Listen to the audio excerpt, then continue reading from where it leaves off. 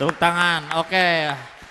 Kita itu terlalu banyak gonta-ganti kurikulum, yang sekarang itu kurikulum merdeka, tapi saya curiga itu sebenarnya ngambil dari EB System gitu. Tapi saya nggak tahu lah, karena saya bukan yang menyusunnya itu. Tapi anggaplah kurikulum merdeka sekarang diterapkan. Apa yang diterapkan? Gak ada perubahan. Karena ya apa? Guru-guru di sekolah ketika in-house training yang diajarkan itu bukan kurikulum merdeka. Yang diajarkan tuh gimana cara bikin administrasinya, perubahan dalam format menyusun laporannya, ya yang kayak gitunya.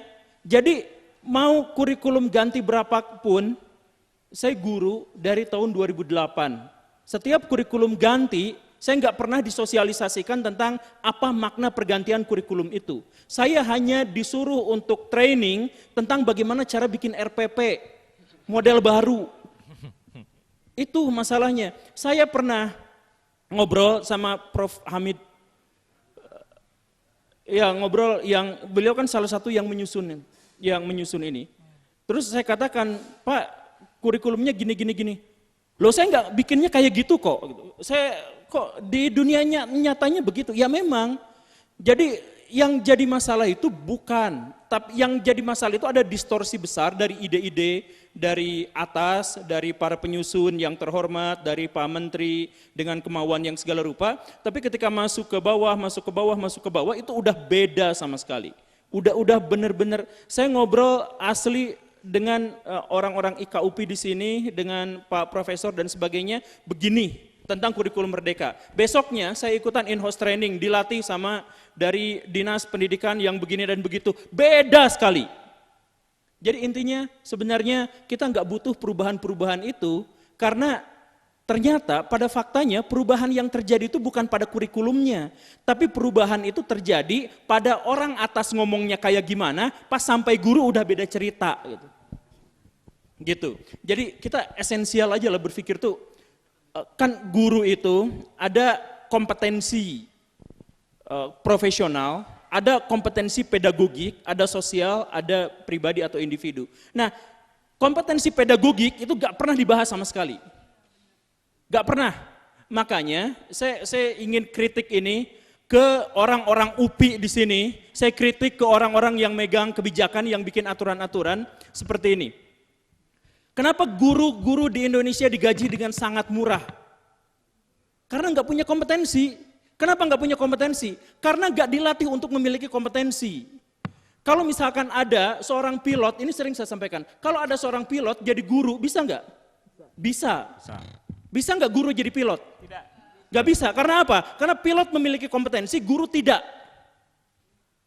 Kalau misalkan ada dokter jadi guru, bisakah? Bisa. Bisa. Guru disuruh jadi dokter, gak akan ada yang mau. Kenapa? Karena guru tidak memiliki kompetensi. Kenapa guru tidak memiliki kompetensi? Karena Universitas Pendidikan Indonesia tidak pernah menekankan kompetensinya apa. Gak pernah ngajarin dia, saya mohon maaf ya, ini mah langsung aja kritik, mumpung pada orangnya langsung gitu. Mumpung dimasukin TV juga Pak. Mumpung masukin di TV saya berdiri. Sok. Berapa banyak pelajaran, berapa banyak SKS, guru-guru atau calon guru di UPI diajarin psikologi pendidikan anak. Sedikit sekali. Sampai akhirnya apa? 4 dari 40 siswa di Indonesia SD itu sebenarnya disleksia. Tetapi guru-guru tidak diajarkan itu sehingga mereka gagal memahami anak-anak seperti itu. Sehingga anak-anak yang berpotensi menjadi orang besar di masa depan malah jadi preman.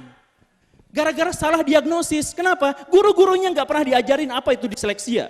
Siapa di sini dosen yang pernah ngajarin ke anak-anak didiknya tentang pendidikan itu soal disleksia? Itu baru satu masalah.